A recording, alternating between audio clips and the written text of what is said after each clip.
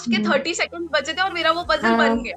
38 marks का attempt हुआ था, which is very rare mains के एग्जाम में, वो भी पीओ में होना इज डिफिकल्ट। वैसे भी श्योरिटी नहीं होती जीए में कि होगा नहीं होगा, एंड मेरा तो वैसे ही श्योर नहीं था कि पीओ निकलेगा। मैं वो देने के माइंडसेट से ही नहीं गई थी कि मुझे क्लियर करना है, ऐसे भी फेल ही हो जाऊंगी, उससे अच्छा अटेम्प्ट करके फेल हो जाऊंगी। कि मुझे 100 में से 70 मार्क्स मिले इंटरव्यू में। सो that was like very shocking कि यार इतना कम टाइम इंटरव्यू लेके भी अच्छा स्कोर दिया, मतलब आई डिड वेल।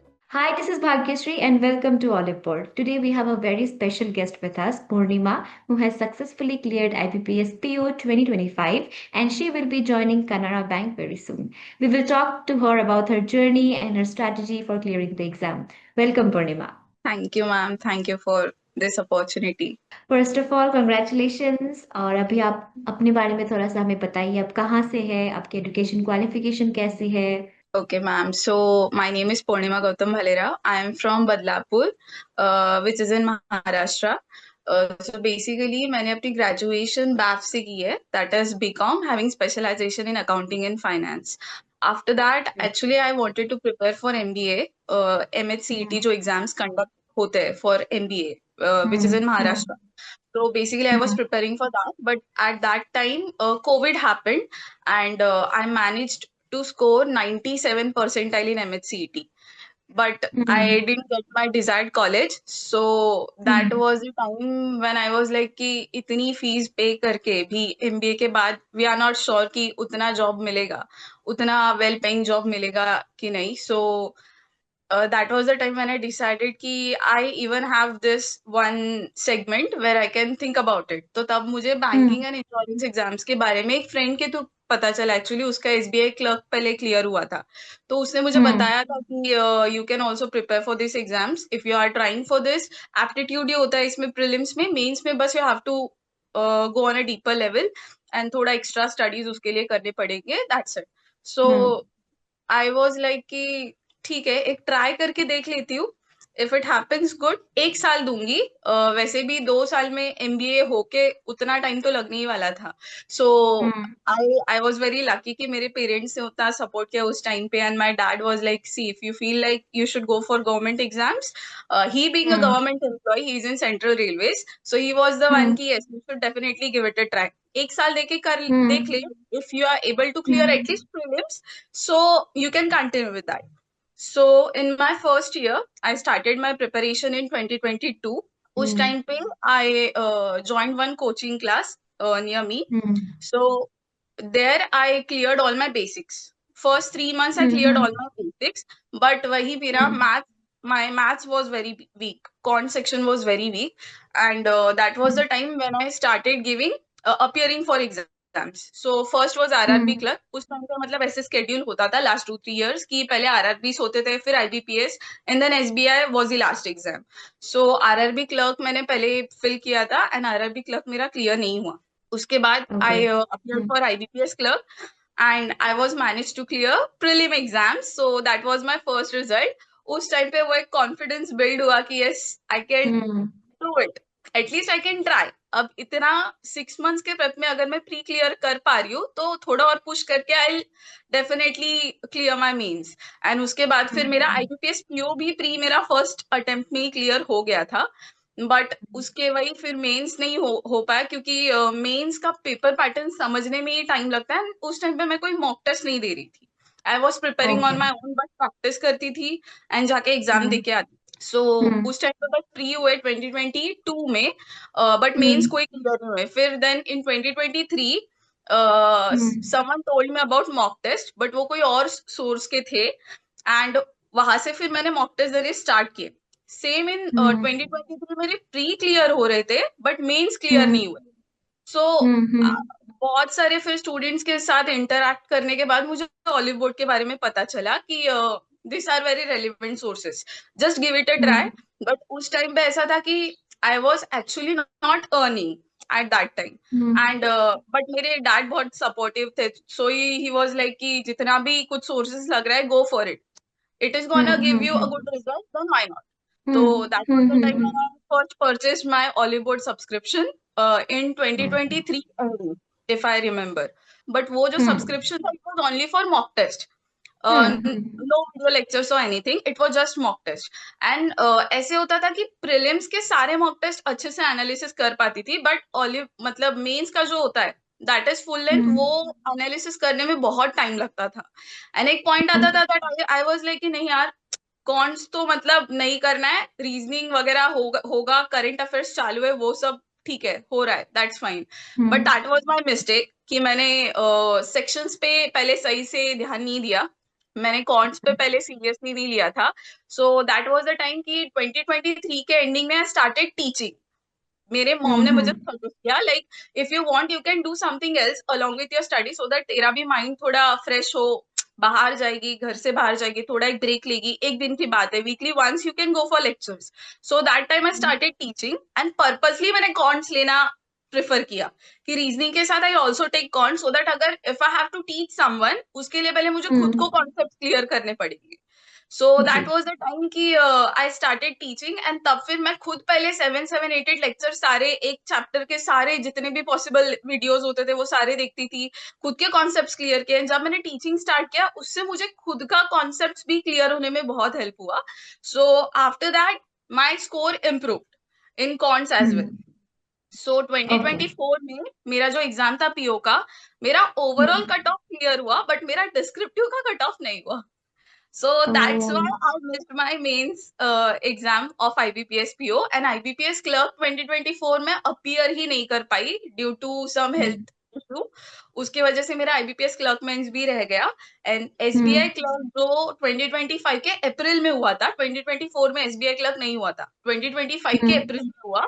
वो मेरा आई हम्म गेस 1 या 2 मार्क्स से रह गया था मेंस फाइनल। हम्म सो हम्म 2025 में वापस फिर वही फुल फ्लेजेड प्रिपरेशन, 8 8 आवर्स मैं लाइब्रेरी में बैठती थी। अकेले I used to be like कि नहीं कैसे भी करके करना ही है, इस बार करना ही है। So first 3 months I took it very seriously, June July August ये 3 मंथ्स मैंने बहुत सीरियसली एकदम 8 8 आवर्स बैठ के मैं करंट अफेयर्स रेगुलरली कर रही हूँ। उस टाइम पे मैंने जो हम्म सब्सक्रिप्शन ली थी ऑलिव बोर्ड की, वो मैंने वीडियो लेक्चर्स की भी ली थी, क्योंकि उसमें फिर डिस्क्रिप्टिव भी था सभा मैम का। देन हम्म उसमें करंट अफेयर्स के लिए I was following Sheetal ma'am, तो वो सारे वीडियो हम्म लेक्चर्स में देखती थी, और फिर उसके बाद प्रैक्टिस करती थी sectional mock test. Sectional mock test ने मुझे बहुत हेल्प किया मेंस क्लियर करने में। So okay. जून जुलाई अगस्त सितंबर तक मेरा बहुत अच्छे से हुआ। मतलब हम्म प्रिपरेशन बहुत अच्छे से, क्योंकि बेसिक्स पहले से क्लियर था, जो जहां पे लूप होल्स थे I only had to practise that. So उस टाइम हम्म पे मेरा प्री हुआ क्लियर, प्री मुझे पता था कि क्लियर होगा, मेंस के टाइम पे that was the hmm important. So okay. Mains के टाइम पे भी 10 डेज पहले आई गेस कुछ रिजल्ट देते वो लोग, तो उस टाइम हम्म पे मेरा प्रिपरेशन चालू था।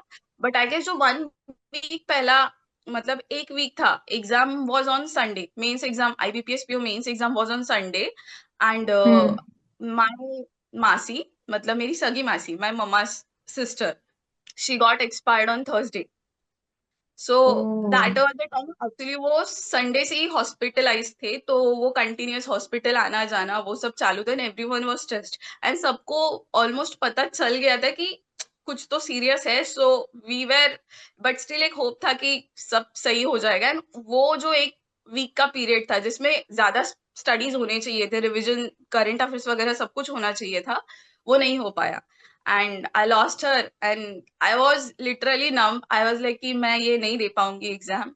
But my mom, hmm she force me, she said कि देख, अभी हम लोगों ने इतने फेलियर्स ऑलरेडी देख लिए तेरे लिए, और ठीक है, अगर तुझे फेल होना ही है तो अटेम्प्ट करके फेल होना, डोंट जस्ट क्विट। संडे को एग्जाम है, गो, गिव योर बेस्ट, जितना हो सकता है उतना पेपर दे के आ जा, कोई प्रॉब्लम नहीं। Even if you hmm fail, हम लोग कुछ नहीं बोलेंगे, वी कैन अंडरस्टैंड, क्योंकि उस टाइम पे I was alone at home with my brother, mom dad वगैरह घर पे हम्म कोई नहीं थे। So I was managing hmm all home course and everything. तो उस टाइम पे मेरा कुछ स्टडीज इतना हो नहीं पाया, मतलब रिविजन हो ही नहीं पा रहा था, ना प्रैक्टिस हुआ, ना सेक्शनल, कुछ भी नहीं। I was just numb, I used to sit like this कि यू, आई कांट एक्सप्रेस। वो जो 3 4 डेज थे वो बहुत डिफिकल्ट थे मेरे लिए, but still somehow I was like कि नहीं, संडे को जाके मम्मी ने बोला है तो एग्जाम दे के आऊंगी। So I just went with like this, ऐसा माइंडसेट कि मुझे पता तो है एग्जाम क्लियर नहीं होगा क्योंकि मेरा उतना प्रिपरेशन है नहीं, but still I go with a काम एंड कंपोज्ड माइंड, जितना हो पाएगा उतना अटेम्प्ट करूंगी, बाकी भगवान के ऊपर है। उसके बाद व्हेन आई स्टार्टेड मतलब जो एग्जाम का जो वो टाइम था, उस टाइम पे पहला हम्म रीजनिंग सेक्शन था। मुझे ये भी पता नहीं था कि पेपर पैटर्न चेंज हुआ है, क्योंकि मैं मॉक टेस्ट दे ही नहीं पाई थी मेंस की। तो सेक्शन वन हम्म सेक्शन टू ऐसे इंट्रोड्यूस हुआ था। तो that hmm was the time कि मैंने ऐसा थॉट प्रोसेस रखा था कि आई एम कंसिडरिंग कि मेरे कोई स्टूडेंट मेरे पास डाउट लेके आए हैं पजल्स के लिए, and I just solve that. उनको सॉल्व करके मुझे हम्म देना, दैट्स इट। एंड वैसे भी हम्म 50 मिनट अभी बैठ के मैं क्या ही कर लूंगी, तो उससे अच्छा मैं सॉल्व ही करूंगी। सो दैट वाज द टाइम कि पहले मैंने 2 मार्क्स के पजल लिए, जो कि मैं कभी नहीं करती। उसके पहले मैंने कभी नहीं किया कि मैं कभी कोई मेंस के एग्जाम पजल से स्टार्ट नहीं करती, क्योंकि वो it can really lower your confidence if you are not doing it correctly. But hmm my mind was so calm, और मैं अपने ही थॉट प्रोसेस में सॉल्व किए जा रही हूँ and पहले 8 मिनट्स में मेरा एक पजल बना। So I cross check all the answers. एक क्वेश्चन होता है that is find the odd one out from the 4 options. उससे पता चल जाता है कि आपका पजल करेक्ट है या रॉन्ग है, एंड वो करेक्ट हो गया। So that that time I was like कि मेंस का कट ऑफ जा जाके तो 3 4 या 5 मार्क्स जाएगा।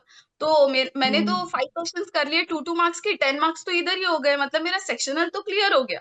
अब एक्स्ट्रा ऊपर के जितने कर पाती हूँ आई डू इट। तो एक पजल जब क्लियर हो गया, आई थॉट एक और पजल ट्राई कर लेती हूँ, अगर हुआ तो ठीक है, और else I switch to 1 mark question. फिर उसके बाद मैंने दूसरा पजल लिया। उसमें मुझे थोड़ा टाइम लगा, आई गेस 10 to 12 मिनट्स लगा, बट वो पजल भी बन गई। 2 2 मिनट के लिए आई वाज लाइक कि मेरे अकेले के बन रहे हैं या बाकी सबके बन रहे हैं। I was looking at everyone was like this, मेरे आजू बाजू वाले। क्योंकि उस टाइम पे बच्चों का जो एक मिस्टेक हुआ, मैंने बहुत सारे मेरे जो थे फेलो कलीग्स थे जो दे रहे थे एग्जाम एस्पिरेंट्स, उन लोगों को पूछा तो सब लोगों ने 1 मार्क का सेक्शन पहले लिया था। एंड वहां पे वो लोग अटक गए, क्योंकि दैट वहां पे ट्रैप सेट था कि अगर आप 1 मार्क के क्वेश्चंस ले रहे हो, वो इजीली डुएबल नहीं थे, बहुत सारे क्वेश्चंस उसमें से। तो मैंने वापस फिर जो सेकंड पजल बनी, उसके बाद फिर मेरा कॉन्फिडेंस और हो गया कि यार हो रहा है मुझसे। जबकि मेरी प्रैक्टिस नहीं थी, बट जो पहले के जो फेलियर्स थे उस टाइम में मैंने जो इतने पजल सॉल्व किए थे, वो मुझे उस दिन काम आए, मेरी पहले की प्रैक्टिस। तो सेकंड पजल भी हो गया। फिर आई वाज लाइक थर्ड पजल अभी और ऐसे नहीं करना चाहिए, आई गो स्विच ऑन 1 मार्क क्वेश्चन, पहले वो फिनिश कर लेती हूँ, फिर लास्ट का कुछ टाइम बचेगा उसमें आई डू, इफ पॉसिबल एक और पजल कर लूंगी। फिर मैं 1 मार्क के क्वेश्चन पे गई, तो वहां से आई गेस वो मुझे थोड़ा टफ लगे क्वेश्चंस। तो उधर से आई आई डिड ओनली 6 मार्क के क्वेश्चंस, क्योंकि वो डिफिकल्ट थे। एंड लास्ट में 2 क्वेश्चंस बचे थे, एक पजल था एंड एक चाइनीज कोडिंग था, या इनपुट आउटपुट, दोनों में से कुछ तो एक क्वेश्चन था। I am not able to remember exactly. But फिर उस टाइम पे आई वाज लाइक कि लास्ट के 8 मिनट्स बचे एंड ये बहुत इंपॉर्टेंट है। बट मेरा माइंड सेट था कि मेरा कट ऑफ तो क्लियर हो गया है, तो ठीक है जो भी होगा सही है, हुआ तो हुआ, नहीं तो नहीं हुआ, इट्स ओके। फिर मैंने सोचा नहीं, आज पजल्स बन रहे हैं तो मैं पजल ही लूंगी। फिर मैंने वापस पजल लिया एंड वो मुझे एग्जैक्टली याद है, लास्ट के 30 सेकंड बचे थे और मेरा वो पजल बन गया। सो वो फिर मैंने 5 क्वेश्चन सारे टिक मार्क कर दिए। एंड द मतलब वैसे मेरा रीजनिंग में 38 मार्क्स का अटेम्प्ट हुआ था, which is very rare mains के एग्जाम में, वो भी पीओ में होना is difficult. But still and 38 marks के अटेम्प्ट में मेरा स्कोर 34 आया इन पीओ। ओके या उसके बाद फिर वो एक थोड़ा कॉन्फिडेंस बूस्ट हुआ कि यार हो रहा है, मतलब रीजनिंग तो मैंने अच्छा किया है, तो अब आगे के सेक्शन भी थोड़ा सीरियसली दे देती हूँ। फिर उसके बाद आई जीए सेक्शन स्टार्ट हुआ। जीए का मेरा कुछ भी प्रेप नहीं था, मतलब मैं भूल चुकी थी। आई वाज लाइक कि पता नहीं क्या होगा जो होगा अटेम्प्ट करके। But one of my friend, जब मेरा एसबीआई क्लर्क नहीं हुआ था उस टाइम पे मेरा ऐसा था कि जितना श्योर है बस उतना ही अटेम्प्ट करना है, उससे ज्यादा नहीं। बट मेरी फ्रेंड ने मुझे उस टाइम पे बोला था कि देख, वैसे भी श्योरिटी नहीं होती जीए में कि होगा नहीं होगा, एंड मेरा तो वैसे ही श्योर नहीं था कि पीओ निकलेगा। मैं वो देने के माइंडसेट से ही नहीं गई थी कि मुझे क्लियर करना है। आई वॉज लाइक बस मुझे देख के आना है। तो मैंने लिटरली 28 मार्क्स का बस ब्लफ किया।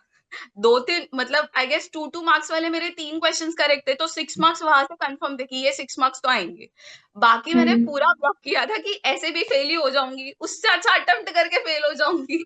मैं ये सजेस्ट नहीं करती हूँ किसी को भी ब्लफ करो, बट दैट वाज वो टाइम ऐसा था कि मेरे पास ऑप्शन नहीं था, आई हैड टू अटेम्प्ट। तो फिर मैंने 1 मार्क्स का जीए में अटेम्प्ट किया एंड उसके बाद फिर कॉन्ट्स आया। कॉन्ट्स भी ठीक ठाक, मतलब 16 मार्क्स का अटेम्प्ट किया था, उसमें मुझे 14 मार्क्स आए, 14 या 15 कुछ आए थे। एंड देन इंग्लिश इंग्लिश में मैंने 31 मार्क्स का अटेम्प्ट किया एंड 25 समथिंग मुझे इंग्लिश में आए। सो ओवरऑल मेरा अच्छा गया था हम्म पेपर। फिर आया डिस्क्रिप्टिव। हम्म डिस्क्रिप्टिव हम्म मैंने डिस्क्रिप्टिव की मेरी कुछ प्रैक्टिस नहीं थी उस टाइम पे। मुझे हम्म जितना समझ आया उतना मैंने किया। मेरे एक फ्रेंड ने, the one who were appearing for the PO mains, उन्होंने मुझे हम्म बताया था कि ट्राई करना कि कंक्लूजन बहुत इंपॉर्टेंट होता है डिस्क्रिप्टिव में। वॉट एवर यू राइट, अगर ऐसे है जो भी है, कंक्लूजन इंपॉर्टेंट है। बाकी कुछ तेरा ऊपर का टाइप हो ना हो, कंक्लूजन ध्यान से लिख के आना। सो वो हम्म मैंने सही से जितना मुझसे हो पाया उतना आई डिड इट। एंड फिर हो गया एग्जाम। उसके बाद जब मैंने मार्क्स बाहर आके जब मैंने मतलब डिस्कस किया कि कितने हुए सबके, तो जो मेरे थे एस्पिरेंट, फेलो एस्पिरेंट, वो दादा को मैंने पूछा कि आपका कितना हुआ। एंड ही सेड कि मेरा 70 मार्क्स, 75 मार्क्स का हुआ है, तूने कितना किया। मैंने बोला वैसे तो मैंने 85 मार्क्स का कर लिया है, बट करंट अफेयर्स हम्म जीए का section I am not sure. तो उसने फिर हम्म सेक्शनल पूछा कि सेक्शनल कितना किया है। तो आई सेड रीजनिंग में हम्म 38 हुआ है। ही सेड 38, इतना कैसे कर लिया तूने। इतना डूएबल था। आई वाज लाइक, हाँ मैंने स्टार्ट ही पजल से किया। वो 2-2 मार्क के पजल मैंने 3 पजल कर लिए, तो उधर ही आई गेस मेरे 15 मार्क्स हो गए। नहीं, 3 जा 15, 30 मार्क्स उधर ही हो गए, क्योंकि 2 मार्क्स तो हम्म 30 मार्क्स उधर हो गए। एंड बाकी के ऊपर के 1-1 मार्क के मैंने यहाँ से किए थे, हम्म तो 38 मार्क्स का हो गया था। उसके बाद हम्म फिर बाकी का section, so he was like कि जीए का तुझे क्या लग रहा है, कितना सही जाएगा। आई was like I don't no. तो उस टाइम पे दैट दादा ही सेड कि अगर तेरा एग्जाम निकला तो जीए के वजह से, हम्म नहीं निकला तो हम्म भी जीए की वजह से। जी so deciding factor. I was like okay, let's see अब क्या होगा। मैं इतना एक्सपेक्ट करके नहीं चल रही थी, बट लेट्स सी। फिर उसके बाद बाकी के, हम्म उसके बाद के जो एग्जाम्स थे, एज इन सारे मेंस नवंबर में लाइंड अप थे। पहले आईबीपीएस पीओ, हम्म फिर एलआईसी एओ, ओआईसीएल असिस्टेंट, सारे मेंस उसी टाइम पे लाइंड अप थे। फिर जैसे आईबीपीएस हम्म हुआ उसके बाद आई अगेन स्टार्टेड सीरियसली कि अभी हम्म कैसे भी है मेरे लिए ये ईयर इंपॉर्टेंट है, मैं एक और ये वेस्ट नहीं कर सकती, मुझे कैसे भी करके क्लियर करना है। तो उस टाइम पे फिर वापस मैंने पूरा फोकस के साथ स्टार्ट कर दिया प्रेप। फिर हम्म सारे मेंस हो गए। उसके बाद आईबीपीएस पीओ का रिजल्ट आया। जिस दिन मेंस का रिजल्ट आया, तो हम्म आई वाज लाइक मुझे तो चेक ही नहीं करना है, मुझे पता है नहीं हुआ है। बट फिर वो दादा ने कॉल किया, ई सेड की चेक कर ले रिजल्ट। तो हम्म somehow आई वाज लाइक ठीक है देख लेती हूँ, तो मेरा क्लियर हो गया। That okay was the moment, मेरा फर्स्ट मेंस क्लियर हुआ है। सो हम्म लेट्स सी अभी कितना आ सकता है स्कोर वगैरह। फिर हम लोगों ने कैलकुलेट किया कि कितना होगा, फिर इंटरव्यू के लिए प्रेप हम्म वगैरह कर लिया। उस टाइम पे भी मैंने हम्म बहुत सारे ऑलिव के मॉक्स देखे थे, जो मतलब इंटरव्यू के मॉक्स यूट्यूब पे अवेलेबल है, वो सारे मैं देख रही थी। आई यूज टू प्रैक्टिस कि हाँ, अगर हम्म एग्जामिनर ये क्वेश्चन पूछ रहा है तो मेरा आंसर क्या होगा। सो आई यूज टू राइट इट हम्म कि कैसे हम्म आंसर करना है। और मुझे बहुत कुछ समझ आया वो मतलब मॉक इंटरव्यूज देख के कि how you should answer, how you should hmm present yourself, आपके हैंड हम्म जेस्चर्स, आपका फेस हम्म एक्सप्रेशन जो भी है। You have to be hmm very much particular when you are sitting for an interview. तो मैं ऐसे वो question सारे लिख के रखती थी, एंड मिरर के सामने बैठ के आई यूज टू प्रैक्टिस इट। खुद से ही खुद से ही पूछ रही हूँ क्वेश्चन, फिर खुद से ही आंसर कर रही हूँ। Yes, if you want to introduce yourself, how will you do it, like ऐसे खुद से ही मैं प्रैक्टिस कर रही थी। फिर उसके बाद हम्म इंटरव्यू हो गया। एंड मैंने अपना स्कोर जो एस्टिमेट करके रखा था, it was 75, somewhere around okay 75, कि कितना ही मतलब कट नेगेटिव मार्किंग जा जाके 75 तो मिनिमम मुझे आ ही जाएगा। एंड मुझे स्कोर हम्म आया 77.25 समथिंग। एंड हमारी जो ओके कट ऑफ थी, I belong from SC category, तो उसकी कट ऑफ कुछ 59 गई थी। तो उस टाइम में ऐसा श्योर था कि यार लीड तो है मेंस में, and वही मैटर करता है। इंटरव्यू आप जैसे भी हम्म प्रेजेंट करो, लीड मैटर करती है हम्म मेंस की। एंड इंटरव्यू का एक्सपीरियंस भी मेरा मतलब बहुत ऐसा अलग था, क्योंकि मेरा slot was of 1 o'clock and मेरा इंटरव्यू हुआ 6:30 को। तो वो जो बीच का ओह इतना टाइम फ्रेम था, क्योंकि क्या होता है ना, 1 बजे अगर इंटरव्यू है, वो मॉर्निंग से स्ट्रेस कैरी फॉरवर्ड होता है।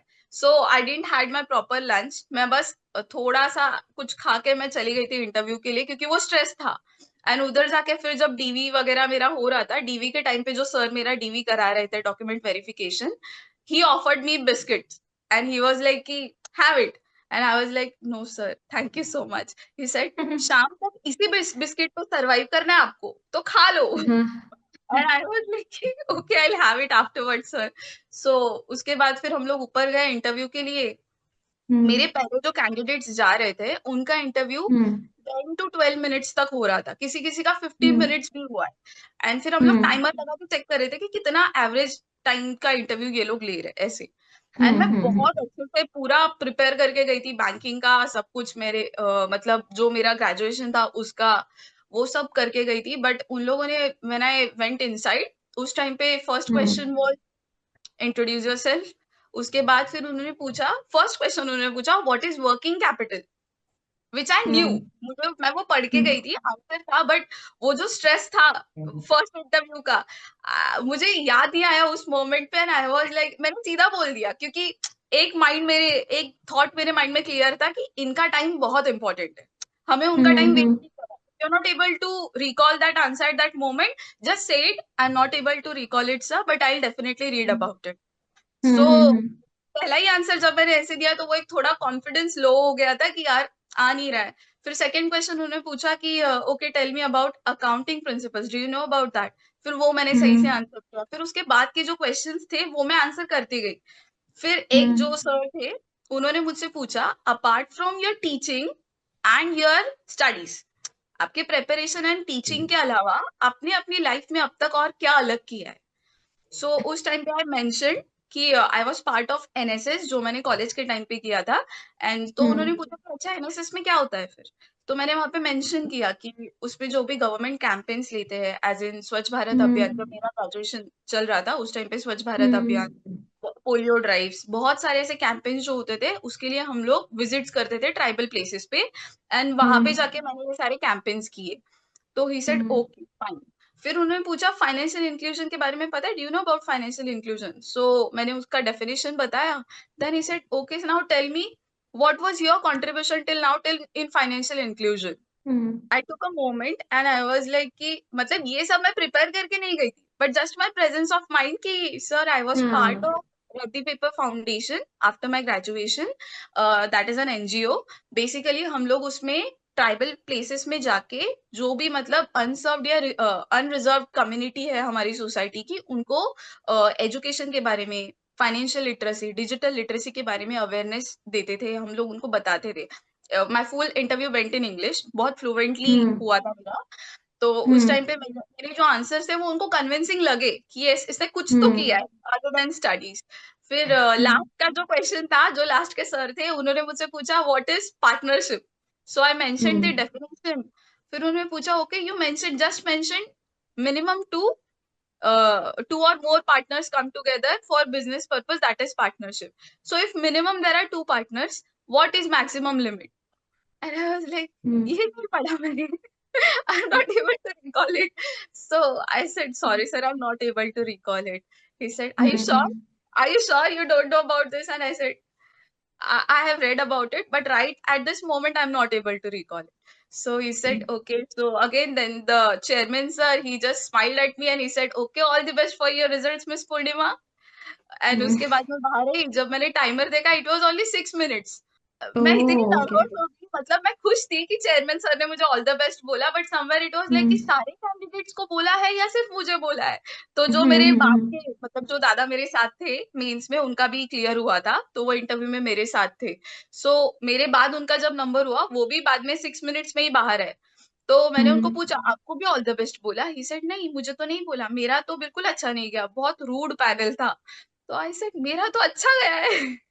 बट मेरे सिर्फ 6 मिनट्स का इंटरव्यू क्यों लिया, उनको मुझसे बात करना अच्छा नहीं लगा, why they didn't feel like asking me more questions. So he said, तो मैंने अपने मैम को कॉल किया था कि मतलब जिन्होंने मुझे इंटरव्यू में हेल्प की थी, तो आई आस्क्ड हर कि ऐसे क्यों हुआ, मेरे 6 मिनट्स में ही खत्म कर दिया interview. And she was like ऐसे नहीं होता, वो कैंडिडेट्स को परख लेते, वो 1 मिनट में भी परख लेते। इट इज नॉट इम्पोर्टेंट कि 10 मिनट्स का इंटरव्यू होना चाहिए, दैट्स नॉट नीडेड। तो जब मतलब स्कोर कार्ड आया उस टाइम पे पता चला कि मेंस में तो लीड है, बट जिस दिन रिजल्ट आने वाला था उस दिन मॉर्निंग में पहले उन लोगों ने कट ऑफ रिलीज किया, final cut of her category का। अब हम लोग कंसिडर करके चल रहे थे कि 35 होगा फाइनल कट ऑफ, क्योंकि लास्ट ईयर 35 था, बट इस साल का cut of was 38.75 something. And मैं इतना स्ट्रेस में चली गई, आई वाज लाइक कि यार इंटरव्यू में मुझे 55 तो देना चाहिए उनको, 100 में से अभी पता नहीं कितना देंगे। 6 मिनट्स का इंटरव्यू हम्म लिया, बट फाइनली हम्म जब फाइनल आया, रिजल्ट आया, उस टाइम पे आई सॉ कि मुझे 100 में से 70 मार्क्स मिले इंटरव्यू में। सो that was like very shocking कि यार इतना कम टाइम इंटरव्यू लेके भी अच्छा स्कोर दिया, मतलब आई डिड वेल। मैंने आंसर्स कॉन्फिडेंटली हम्म आ रहा था वो आंसर किए, जो नहीं आ रहा था I don't know hmm sir, क्योंकि उनका टाइम भी वैल्यूएबल है, why we should waste it. हाँ That is how my journey was, like clearing of IBPS PO. उसके बाद फिर मेरा जब RRB PO मेंस भी क्लियर हुआ, बट फिर आई डिसाइडेड कि hmm I don't want to waste any seat. वहां पे भी मेरा लीड था मेंस में, क्योंकि अच्छा गया था मेरा RRB PO मेंस। बट फिर आई हम्म कॉन्शियसली डिसाइडेड कि मुझे नहीं जाना है इंटरव्यू के लिए, जस्ट बिकॉज किसी और हम्म कैंडिडेट का सीट वे मतलब नहीं जाना चाहिए। सो दैट्स हाँ why I didn't appear for RRB PO। वही मतलब होता है कि वही है, आपको सीरियसली और मतलब ऐसा होता है एग्जाम के टाइम लोग बहुत स्ट्रेस लेते हैं, जैसे आपका होता है ना क्लियर करना है क्लियर करना है, वो चिल माइंडसेट अगर लेके चले तो मे भी जैसे आपका हुआ वैसे दूसरों का भी हो सकता है कि देखा जाएगा क्या होगा। आपने अपनी 100% दी थी, आपकी प्रिपरेशन भी थी, लास्ट मोमेंट में आपकी मासी का वो इशू हो गया, सिचुएशन हो गया, इसलिए आपको नहीं हुआ, but then still you could do it anyway. And आपने जैसे कि बताया आपके इंटरव्यू की process, it was so good. आपने जैसे बोला कि नहीं मुझे नहीं आता, you did not waste their time and you were like नहीं मुझे नहीं आता है, so let's go to the next question, तो इट्स या रियली गुड। हाँ that is the approach, like हाँ किसी का टाइम वेस्ट नहीं करना, क्योंकि वो लोग भी बहुत ऐसा इतने सारे इंटरव्यूज लेते हैं, उनमें से you have to select, it's difficult for them as well, right. हाँ करेक्ट करेक्ट। तो अभी आपने ऑलमोस्ट आपका पूरा जर्नी आपने बता दिया मुझे, like it was a really in a good flow कि अभी जो लोग वीडियो देख रहे हैं उनको भी समझ आए कि आपने ऐसे ऐसे किया था। अभी प्रीलिम्स के लिए, मेंस के लिए आपने कैसे अप्रोचेस डिफरेंट रखे थे, और ऑलिव बोर्ड का कैसा सपोर्ट था? तो बेसिकली प्रीलिम्स के लिए मेरा क्लियर था, क्योंकि मेरे बेसिक्स पहले से क्लियर थे, वो मैंने पहले ही क्लियर करवा लिए थे। वो हम्म रीजनिंग एंड इंग्लिश का, मेरा इंग्लिश वॉज स्ट्रांग। मेरा पहले से हम्म इंग्लिश बहुत सही था, तो उसके लिए मैंने कुछ अलग से नहीं किया, बस मैं मॉक्स देती थी। मेंस का तो हम्म सेक्शनल मॉक्स ने मुझे बहुत हेल्प किया, बट प्रीलिम्स में फुल लेंथ मॉक जो होते थे, मैं दिन का हम्म टारगेट होता था मेरा कि दिन में मुझे 2 प्रीलिम्स के मॉक्स देने ही है, 20 डेज और hmm 10 days before exam. Specially 10 days hmm before exam, क्योंकि 20 मॉक्स होते हैं हॉलीवुड में प्रीलिम्स हम्म के। तो वो एक टारगेट हम्म सेट था कि पहले के जो 10 डेज है उसमें मुझे एवरी डे 2 मॉक्स देने ही है। एंड जैसे ही हम्म मॉक हो तुरंत उसका मैं एनालिसिस कर लेती थी, क्योंकि वो क्वेश्चंस माइंड में फ्रेश होते हैं। तो वो तुरंत हम्म एनालिसिस हो गया, फिर उसके बाद बीच के पीरियड में अगर कुछ है तो मैं मेंस का करंट अफेयर्स कर लेती थी, या कुछ हम्म एक्स्ट्रा मुझे सॉल्व कर रहे हैं तो DI पजल्स ऐसा कुछ प्रैक्टिस करके, हम्म फिर इवनिंग में again I hmm used to give the other prelims mock. तो ऐसे करके प्रीलिम्स का अप्रोच यही था, पहले आप बेसिक्स हम्म क्लियर कर लो सही से। बट पहले जो हम्म 2 साल थे मेरे 22-23 में, मैंने कॉन्स को बहुत लाइटली ले लिया था। तो उसमें मैं हम्म जो प्रीलिम्स थे उसमें सिर्फ मैं स्पीड मैथ्स और DI कर पाती थी, अरिथमेटिक का कोई हम्म क्वेश्चन मुझसे हो नहीं पाता था। But after hmm when I started teaching, उसके पहले मैंने खुद के सारे कॉन्सेप्ट्स क्लियर किए अरिथमेटिक के, तो दैट हेल्प मी। फिर मैं कॉन्स में पहले जहां पे मेरे सिर्फ 20-25 मार्क्स आते थे, वहीं पे मेरे 31-35, 35 तो नहीं, बट 31-33 तक मेरा टच हो रहा था कॉन्स में, प्रीलिम्स में, which is a very good score. तो वैसे फिर मेरा प्रीलिम्स का वही था, मॉक्स दे दो, मॉक्स देते जाओ, क्योंकि जितना भी इम्प्रूवमेंट है प्रीलिम्स का वो मॉक से ही होगा। तो ऑलिव बोर्ड के मॉक टेस्ट बहुत ज्यादा रेलिवेंट थे एग्जाम पॉइंट ऑफ व्यू से, क्योंकि जो लेवल ऑलिव मतलब क्या होता था, एडवांस लेवल के मॉक टेस्ट भी होते हैं उसमें, नीचे एक एडवांस वाला होता है और ऊपर नॉर्मल मॉक टेस्ट होता है जो एग्जाम का लेवल है। तो मैं स्पेशली पहले एडवांस से स्टार्ट करती थी, एडवांस का दे दिया, एक नॉर्मल वाला mock test, so that mind को वो हैबिट हो कि अगर इनकेस क्वेश्चन पेपर जो सेट हो रहा है, अगर वो टफर साइड पे सेट हुआ, तो यू शुड नॉट पैनिक। तो उसकी वजह से मैं वो सेट था कि मतलब मॉर्निंग में टफ वाला मॉक, इवनिंग में नॉर्मल वाला मॉक, सो दैट वो कैरी फॉरवर्ड ना हो स्ट्रेस सोने से पहले कि यार मेरा मॉक अच्छा है। एंड एक इम्पॉर्टेंट चीज जो मैंने सीखी, मॉक के स्कोर्स को सीरियसली मत लो, that is just for practice. आप प्रैक्टिस कर रहे हो, उसको उसी तरह लेना चाहिए। लर्न, अगर कोई आपको क्वेश्चन नहीं हो पा रहा है, पॉज करो, उसको 2-3 बार वापस सॉल्व करो, हो जाएगा। अगले मॉक में जब वैसा क्वेश्चन दिखे तो उस टाइम पे you should be able to solve it. ये मेरा मतलब मोटो होता था सॉल्व करते टाइम। तो मैं एनालिसिस के लिए बहुत टाइम लेती थी, स्पेशली कॉन्स के लिए। पहले मैं कॉन्स को इतना सीरियसली नहीं लेती थी, 2025 में मैंने, मुझे जितना याद है, जितने भी मॉक्स मैंने दिए, मैंने सारे कॉन्स के एनालिसिस पूरे कंप्लीट किए थे। मतलब ऐसा होता था हम्म। कि बस 5 मिनट ब्रेक ले लेती हूँ यार, बट आई वाज लाइक नहीं नहीं, एक बार ब्रेक ले नहीं। लिया तो खत्म नहीं होगा, फिर वो डिले हो जाता है, हाँ। और पाइल अप होता है ना, वो बहुत डिफिकल्ट होता है फिर वापस कवर करने के हम्म। लिए। तो मेरा टारगेट था हम्म। कि ठीक है, आज मॉक दिया है, अभी के अभी तुरंत उसका एनालिसिस करके 2.5, मतलब 2.5 या 3 आवर्स में मुझे प्रीलिम्स का मॉक टेस्ट पूरा खत्म करना है विद एनालिसिस। फिर बाकी का बीच का हम्म। टाइम मेरा मेंस के लिए है, फिर इवनिंग वापस हम्म। प्रीलिम्स का मॉक। ऐसे कर करके आपकी स्पीड एंड एक्यूरेसी दोनों ही इसमें इम्प्रूव होती है। सो दैट्स हाँ। हाउ मैंने प्रीलिम्स के लिए प्रिपेयर किया। उसके बाद हम्म। कमिंग टू मेंस, मेंस के हम्म। लिए प्रॉब्लम ये हो रही थी ना कि कॉन्स के सारे क्वेश्चंस में देख ही नहीं पाती थी एग्जाम में, क्योंकि हम्म। कॉन्स में ना you have to be very much careful while choosing your questions, even with hmm. Reasoning. तो उस टाइम हम्म। पे इस बार मैंने 2025 में, मुझे याद है, सेक्शनल मॉक टेस्ट बहुत दिए।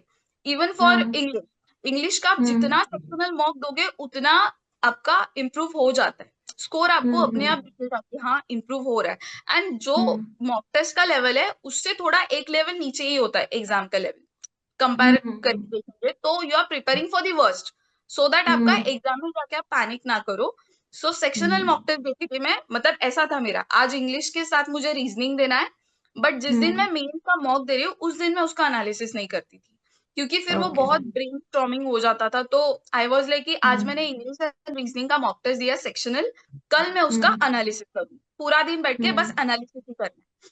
फिर परसों हम्म। थर्ड डे पे मैं इंग्लिश एंड कॉन्स का मॉक दूंगी सेक्शनल, फिर फोर्थ हम्म। डे पे उसका एनालिसिस। एंड जब ये मेरे हम्म। सेक्शनल तीनों हो जाएंगे, उसके बाद मैं एक फुल हम्म। लेंथ मॉक दूंगी। तो ये फुल लेंथ मॉक हम्म। देते टाइम फिर मुझे समझ आता था कि अच्छा मेरा कितना इंप्रूव हो रहा है, और कहाँ पे मुझे और हम्म। इम्प्रूवमेंट की नीड है। अगर मेरा डीआई में सॉल्व नहीं कर पा रही हूँ, जो कि डुएबल है, तो फिर मुझे डीआई और प्रैक्टिस करना है। तो मैं 10-10, 15-15 सेट्स में सॉल्व करती थी डीआई के मेंस लेवल के, या तो ऑलिव हम्म। बोर्ड के वीडियोस चालू करके बैठ जाती थी, उधर से सॉल्व करती थी, हम्म। क्योंकि प्रैक्टिस सेशंस कंटिन्यूस चालू होते हैं। जब एग्जाम सीजन हम्म। होता है उस टाइम पे कंटिन्यूस लाइव लेक्चर्स भी होते हैं, यूट्यूब पे भी सेशंस हम्म। चलते हैं, तो वो कंटिन्यूएशन में था। एंड इसके बाद जो हम्म। टाइम मेरा बचता था उसमें I used to do hmm. Current affairs, फिर हम्म। कंटिन्यूअस जो मंथली हो, वीकली हो, वैसे मैं करंट अफेयर्स के वीडियोस देखती थी। आई एम समवन की हम्म। जो पढ़ के करंट अफेयर्स नहीं कर पाता। मैंने बहुत हम्म। सोर्सेस देख लिए, मैंने पढ़ के ट्राई कर लिया, बट वीडियो सोर्स जितना शीतल मैम जो न्यूमोनिक्स वगैरह देते हैं वीडियो, मतलब जो वीडियोस में कि ऐसे याद कर लो, ये ट्रिक है, इससे याद हो जाएगा, भले सुनने में थोड़ा ऐसे सिली लगे बट स्टिल एन एग्जाम में वही याद होता है। आप कितना ही हम्म। सीरियसली पढ़ के जाओ, जो न्यूमोनिक्स दिए है वो ज्यादा बेटर याद हो जाते हैं। तो उससे मेरा करंट हम्म। अफेयर्स काफी इंप्रूव हुआ। तो ऐसे हम्म। करके फिर मैंने मेंस का प्रेप किया, सेक्शनल देना है, फिर फुल लेंथ देना है, हम्म। फिर फुल लेंथ का अच्छे से एनालिसिस करो, भले 2 डेज का टाइम लगे, हम्म। It's okay. आपके मेंस हम्म। के पहले minimum 3 to 4 full length mock test अगर हो जा रहा है, इट मीन्स आपका हम्म। प्रैक्टिस सही जा रहा है। ऐसे ही जरूरी नहीं है कि आपको सारे 10 के 10 मॉक हम्म। सॉल्व करना है। सो मैंने खुद हम्म। नहीं किए थे, मैंने आई गेस 5 फुल लेंथ दिए थे, बट मैंने सेक्शनल मॉक टेस्ट बहुत किए थे, उसकी वजह से मेरा वो जो एक होल्ड आया ना पजल्स पे, वो काफी अच्छा आ गया था। उस हम्म। वजह से मेरा भले वो एक वीक का प्रैक्टिस जो नहीं हुआ, बट जो मेरी हम्म। पहले की प्रैक्टिस थी वो मुझे यहाँ पे काम आ गई। That was my great. Start. न, आपकी स्ट्रैटेजीज बहुत स्मार्टली आपने प्लान किया था, जैसे कि अपने पढ़ाई का टाइम टेबल हो, आपने जैसे स्केड्यूल किया था, ज्यादा स्ट्रेस भी नहीं लेना है, ज्यादा चिल भी नहीं करना है, एकदम बैलेंस था। Like it was very great and thank you so much for joining us, Purnima.